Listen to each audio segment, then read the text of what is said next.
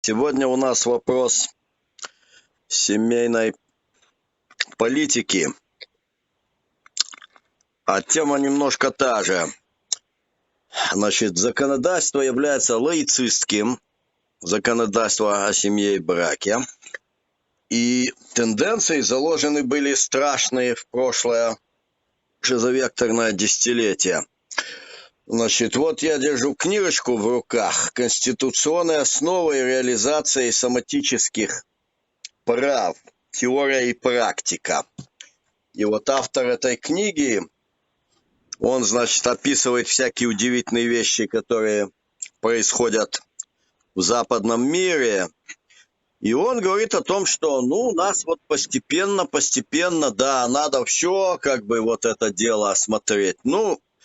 Все смены пола, как мы знаем, у нас процветают, да, год от года все больше смен пола происходит в республике. Так, вот.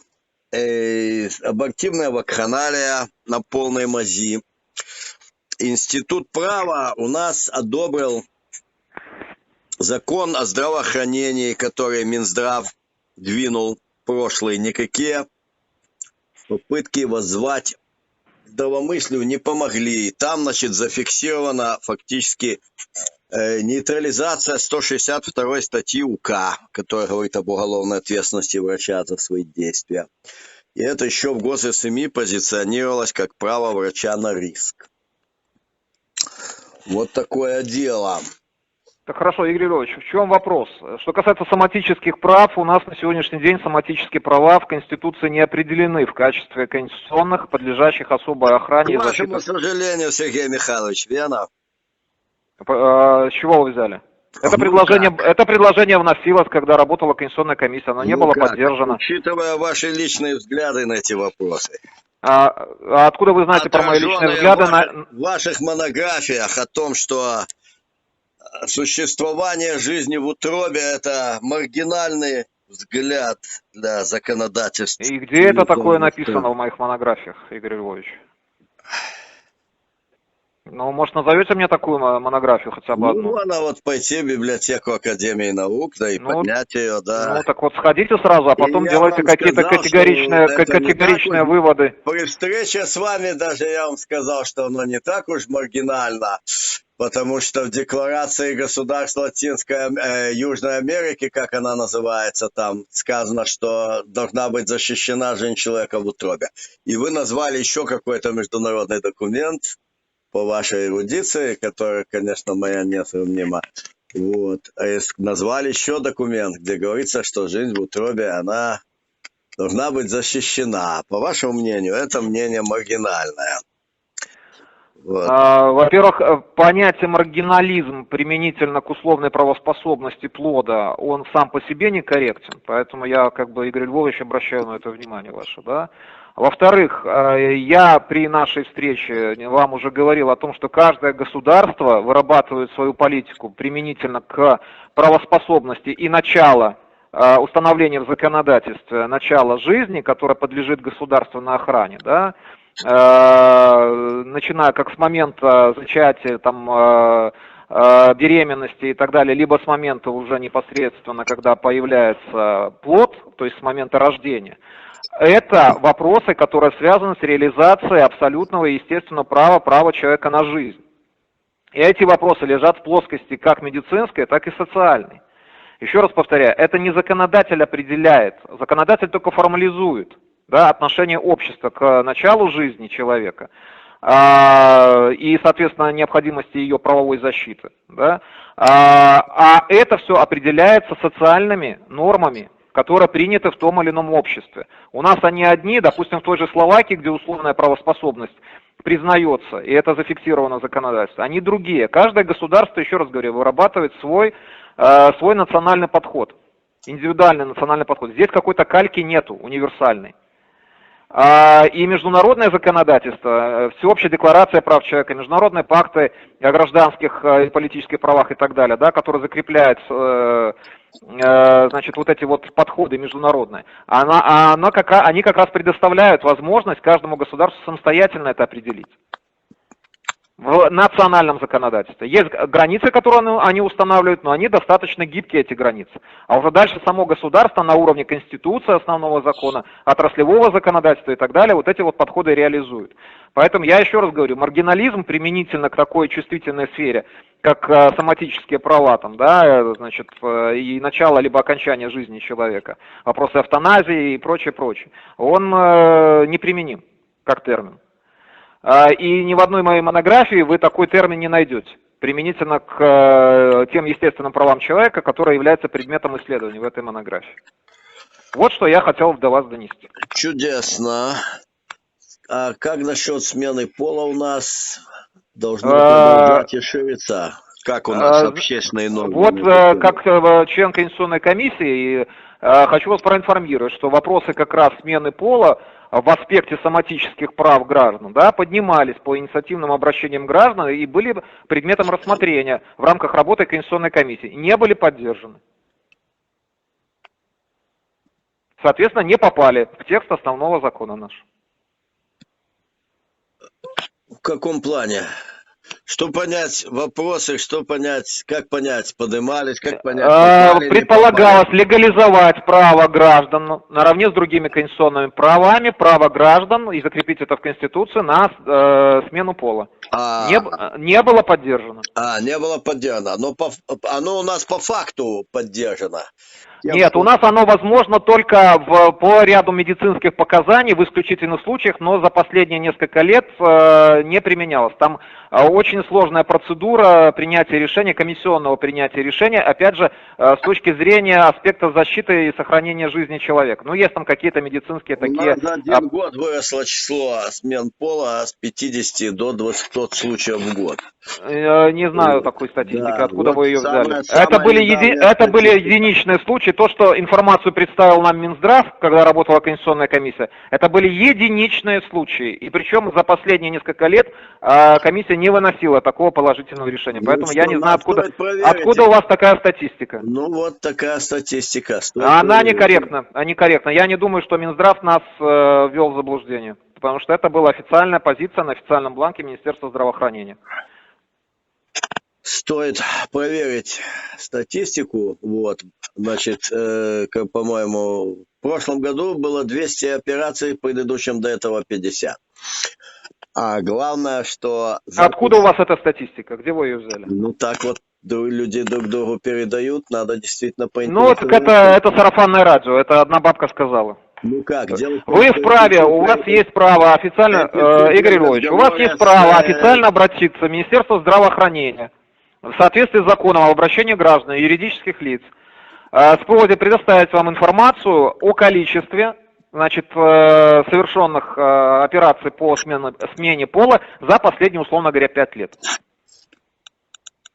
Вот когда вам Минздрав, так же как обратилась Конституционная комиссия официально в Минздрав, предоставит такую информацию, вот тогда не одна бабка сказала, там, понимаете, и не сарафанное радио, а официальная позиция регулятора, будет до вас доведена информация о том, сколько у нас таких операций было и когда они были произведены.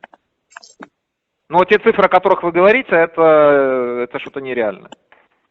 Нереальные цифры, да? Но вот в разговоре с должностными лицами Минздрава поднимали эти цифры, они их не отрицали, они что-то совсем... Ну, еще раз, Игорь Львович, у вас есть право на обращение, поэтому вот используйте, давайте не будем в догадки бросаться. То есть вы говорите, что цифры нереальны, но это уже нереально, очень важно и интересно. Значит, надо заняться этими цифрами прежде всего.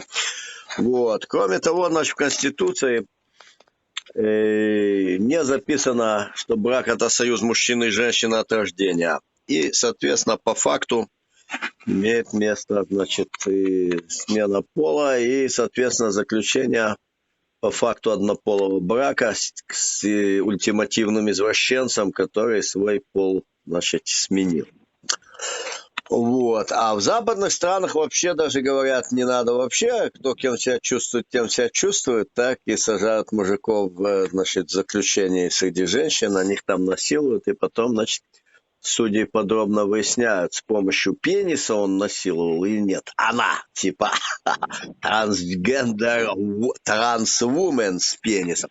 Вот такие чудеса на Западе. А нам, значит, вот студентам БГУ, вместо того, чтобы описать эти чудеса и сказать, что перед нами общество, съехавшее с тормозов, полностью отбросившее авраамическую мораль, которая лежала в основе всех наших обществ, и советского, подчеркиваю, так, вот. Более того, советское общество сделало семейные ценности реальным достоянием всех людей. В царской России фактически 85% населения находились в таком положении, что там, значит, трудно говорить о особом праве женщины, там, так сказать, защищать свою честь и право на семью, да.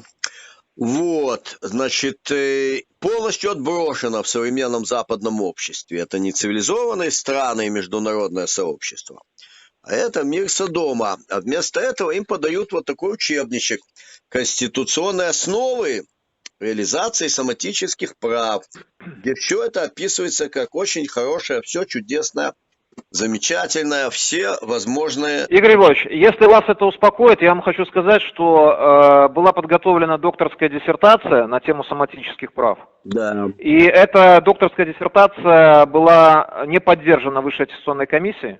Дважды была попытка ее защитить. Высшая аттестационная комиссия ее отклонила. Поэтому это уже говорит о том, как государство относится к соматическим правам. Спасибо, да, я рад, что вы хотите меня обрадовать, и вам это удалось. Я тоже был бы рад вас обрадовать, но скажите, в какой области. Вот, значит, действительно, мы долго выпасали, значит, заявочка на эту диссертацию с аннотацией, она вся у нас имеется у пролайф-активистов. И мы все выпасаем, не могли толком вывиться, была она защищена где-то или нет.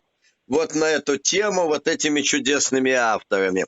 Ну, значит, ее все-таки не утвердили, слава богу. А защита ее, знаете, на когда была назначена? Защита была назначена на осень 2020 года. Так сказать, как планировали те, кто это все тут пропихивают, а именно глобальные фонды, которые продолжают рулить у нас, к сожалению, в министерствах и в законодательстве в значительной степени. То есть, не ликвидированы страновые комитеты с фондами ЮНИСЕФ и ЮНЕСКО в Минобразе, с фондом ЮНЕФПА в Минсобесе, с фондом ВОЗ в Минздраве. Вот, значит, и они планировали уже победу. А после победы была бы уже защищена вот эта диссертация, и тогда бы у нас был полный гуляй Вася. Но у них произошел фальстарт, который, как настоящий старт, никогда не может быть, потому что подавляющее большинство народа этой мрази не желала и не желает, и спровадили их очень быстро. А диссертацию так и не защитили. Это большая радость, да. Ну, вот диссертацию защитили, я вас тут немножко огорчу, в Совете по защите диссертации. Ее просто не утвердила Высшая аттестационная комиссия. Не утвердила, ясненько. Не утвердила, да. Ясненько. А где можно весь текст диссертации видеть? Ну, вообще, по процедуре, значит, диссертация подается в Совет по защите диссертации, и автореферат диссертации размещается на сайте Высшей аттестационной комиссии. Вот, поэтому библиотеки, насколько я знаю, диссертация... Автореферат у нас есть, да, вот саму бы ее увидеть. Насколько я знаю, диссертация защищалась в Совете при Белорусском государственном университете, поэтому, наверное, в библиотеке БГУ она должна присутствовать. Вот она защищена, да, и она в БГУ защищена, и там она должна быть. Ну, вообще, как бы, весь акт защиты там должен иметься в библиотеке БГУ, да? Ну, вообще процедура такая, да. То есть представляется диссертация в совет, который создан при учреждении образования. Соответственно, в библиотеке этого учреждения образования текст диссертации должен присутствовать. Автореферат идет на сайт Высшей аттестационной комиссии. В библиотеке аттестационная комиссия не утвердила, а в библиотеке Академии наук ее не будет, да? Нет, защита была в БГУ, а не в Академии наук. Ясно. Не, ну там просто есть фонд всех этих. И хорошо бы знать, кто вот такие были защитники, весь состав, где они сегодня. Ну, это я вам не подскажу, Игорь Львович, я такой информацией не владею, на защите я не присутствовал. Я только знаю, что эта работа не была утверждена Высшей аттестационной комиссией. Да, вот это хорошо, что не была утверждена. Но я объяснял, почему было. А защита и состоялась своим чередом. Мы знаем, кто такой БГУ. Факультет международных отношений БГУ сотрудничал много лет с институтом Валенберга в Швеции по продвижению гендерных идей. И кто такой декан БГУ? Декан ФМО БГУ много лет был тоже, мы с вами прекрасно знаем. Верно? Очень долгоиграющий оборотень.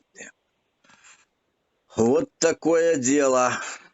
Так что, Игорь Львович, ну, чтобы еще дать возможность тоже другим гражданам дозвониться на прямую телефонную линию, я надеюсь, что я обстоятельно на все ваши вопросы ответил.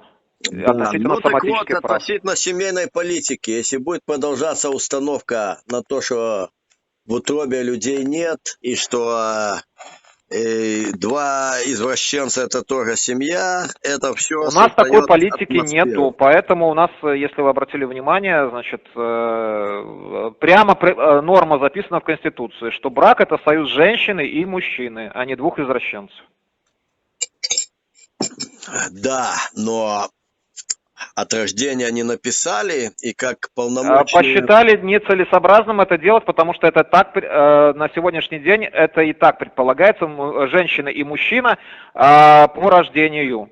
Вот. По рождению. Но это было, приписка это была уже просто лишней. Полномочные комментаторы из Конституционной комиссии, они как раз выступая в СМИ, сказали, что требование записать от рождения – это радикализм.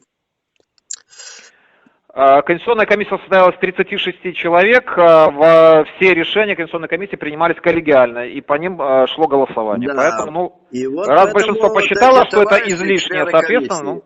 Три человека сказали, что каждый в свое время в другом СМИ именно про это говорили и назвали это радикализмом. А раз это радикализм, это значит, что подразумевается, что оно и не обязательно должно быть так.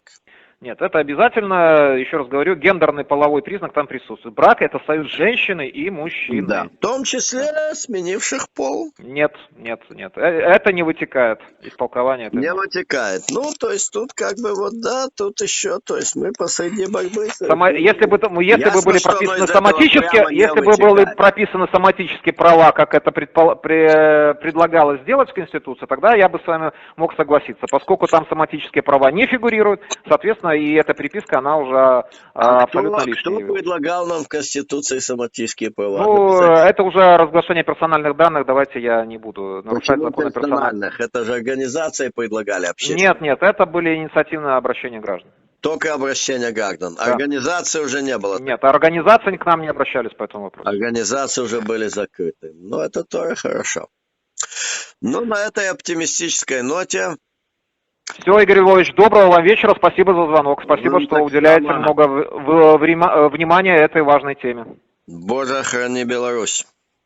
Согласен, храни Беларусь. До свидания. До свидания.